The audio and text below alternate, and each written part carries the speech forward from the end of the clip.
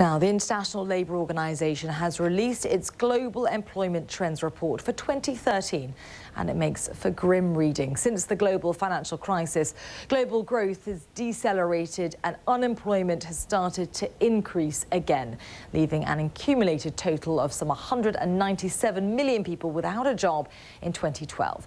Now, a moderate pickup in growth expected for 2013, but the unemployment rate is set to increase again, and the number of unemployed worldwide is projected to rise by 5.1 million in 2013 to more than 202 million.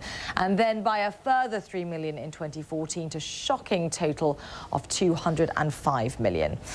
Well, joining me live now from Geneva is Moazam Mahmood, Director of Economics and a Labour Analyst at the International Labour Organization. He joins me live now. Good to speak to you.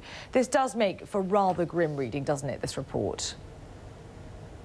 Good morning, Alice. Yes, it certainly does. Not the best way to start the morning. But as you said, the numbers are very disturbing.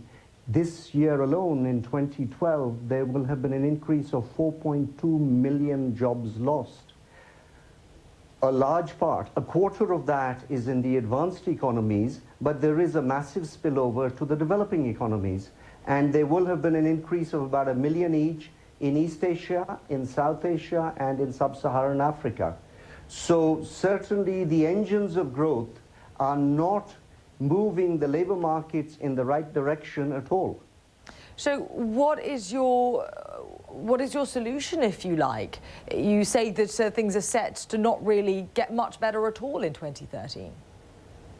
Well, Alice, the problem is that at the moment, the global economy, there are a number of negative feedback loops shooting into the labor market. Consumers are not spending, so households are not spending, firms are not investing sufficiently, banks are not lending sufficiently, and therefore there is a weakness of aggregate demand.